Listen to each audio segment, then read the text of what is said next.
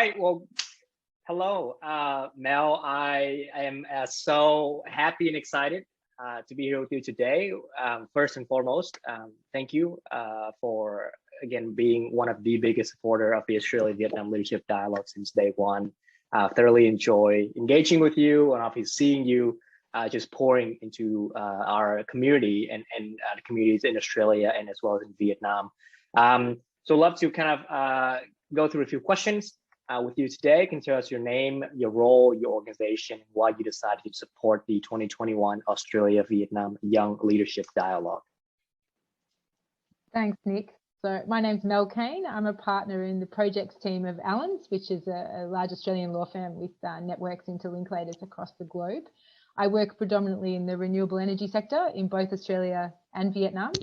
And Allens, the firm, has been a strong supporter of the dialogue since 2019. And I personally have had a very close connection with a number of the delegates. I've attended launches in Sydney when we were allowed to attend things in person. I attended events and presented events in Hanoi, attended events in Ho Chi Minh City during the 2019 dialogue.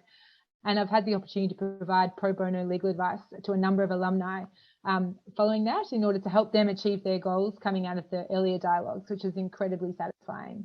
I have firsthand seen the transformative experience that it is for these young leaders, and for that reason, I'm very, very proud to be involved.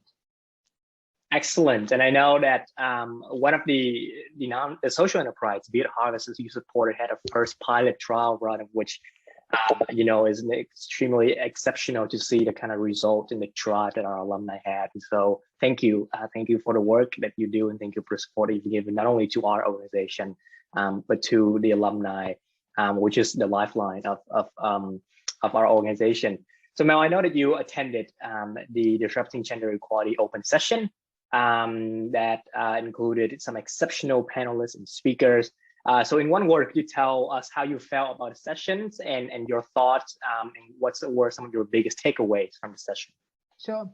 One word might surprise you, because the word is relieved. And the reason I felt that is because, for my whole career, I've been in an industry and in a professional services where, men have been at the top for a very, very long time. And there's been quite a fight going on over the years to, bring equality to the boardroom, of our clients, of the firm, etc. And so it was really great to see the conversation about gender equality this time, not just focusing on the women's fight and male champions, assisting that fight, but also how gender equality needs to be discussed across the spectrum, ensuring equality in all opportunities. So in particular, the takeaways were, you can be the stay-at-home dad. You can assist in caring for the family, not just as a breadwinner if you're a man. You can be free to take parental leave, and that's not going to impact on your career. You can have a genuine role in the upbringing of your children. You can make career choices based on passion and interest, which I think women often have the luxury of being able to do, and whereas men tend to find themselves thinking about that financial gain being the most important element. And I think probably the most emotional part of the session was to see feelings being shared, aired, and that real vulnerability that came to the table. And I think, if we're looking at why that's important, I think it's starting to show in the Australian environment these days. A long way to go. There is still very much, women, I guess the glass ceiling has started to be a bit smashed, but I feel that there is a ceiling for guys and what they can do across the spectrum. And I thought, being at the topic like this in the Australia-Vietnam Leadership Dialogue was particularly important in the Vietnam context, because I think the division of roles by gender is even more pronounced.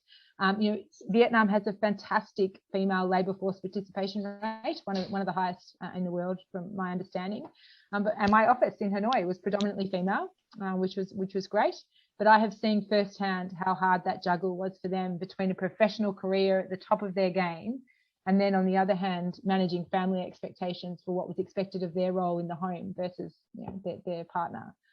So it was really great to have this session, hear the research that was being done, hearing people genuinely share their feelings about what they want to see gender equality look like, and then it wasn't just about more women in the boardroom.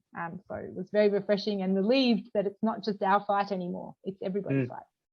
And I absolutely agreed. I think in the reflections and breakout sessions I have with our delegates, one thing and one clear takeaway was that we're in this together, and that it's not just just one gender or one sex who is trying to fight against this, but it is changing the mindset of both gender, all gender involved in this fight, and that we're not in this alone. Thank you for the fantastic reflections, but also sharing. What do you believe to be your role personally, as well as Alan's role in contributing to the bilateral relationship between the two countries, Mel? Yeah, I think I'm very lucky. It's quite a unique job, I guess, that I have. So I work cross-border on projects in both Australia and Vietnam.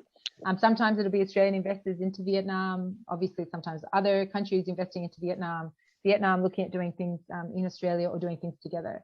And both countries are going through a major energy and development transition.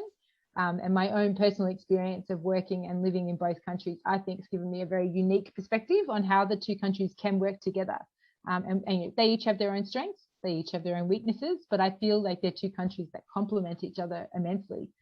So it's been great to work side by side with my Vietnamese colleagues to really work on that energy transition in Vietnam in particular. Yeah. And what is your role in the short term and to aid the recovery after the pandemic, but also the long term?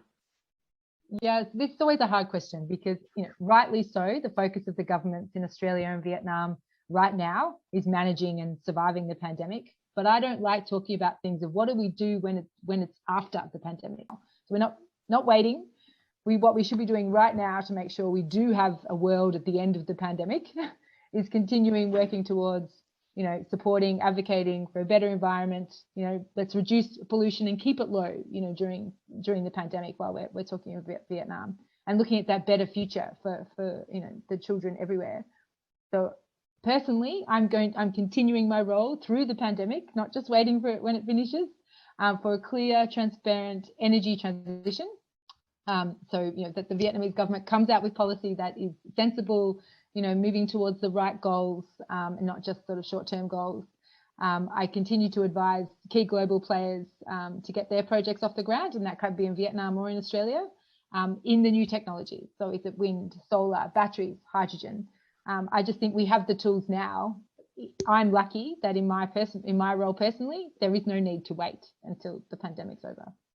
Fantastic. And one last question to wrap into one.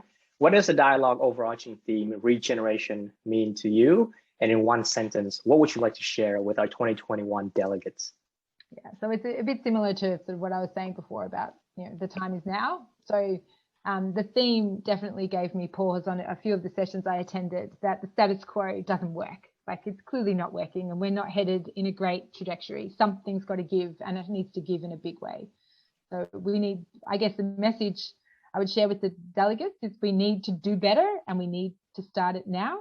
And it's time to think and act differently and not wait. I don't want to hear about waiting anymore. Love it. I love it. Thank you, Mel. So once again, just want to say and express our gratitude on behalf of the board of directors and Cat Tao, on our patrons, Sir Peter Cosgrove, and all of our board advisors. A massive gratitude to you, to your firm, but also more personally to the work that you've been doing to contribute to a better and more sustainable world. But more importantly, the sacrifice that you've made over the years as a leader in your field, in your respective industry. Thank you, and I love everything you've shared today, and could certainly continue and looking forward to supporting you, but also working together as we advance our missions and our visions at the Australia-Vietnam Leadership Dialogue. Thank you once again, Mel. Thanks, Nick.